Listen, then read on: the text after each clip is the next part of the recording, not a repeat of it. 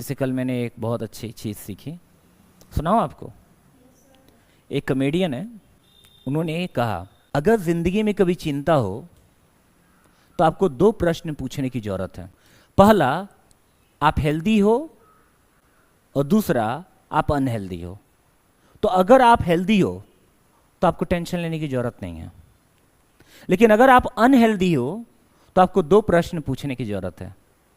पहला कि ये जो बीमारी है वो ठीक हो सकती है, और दूसरा इससे ज़्यादा बिगड़ सकती है। तो अगर ये बीमारी ठीक हो सकती है तो आपको ज़्यादा टेंशन लेने की ज़रूरत नहीं है, लेकिन अगर ये बीमारी बिगड़ सकती है तो आपको दो प्रश्न पूछने की ज़रूरत है कि इस बीमारी की वजह से मैं जीऊँगा कि मर जाऊँगा।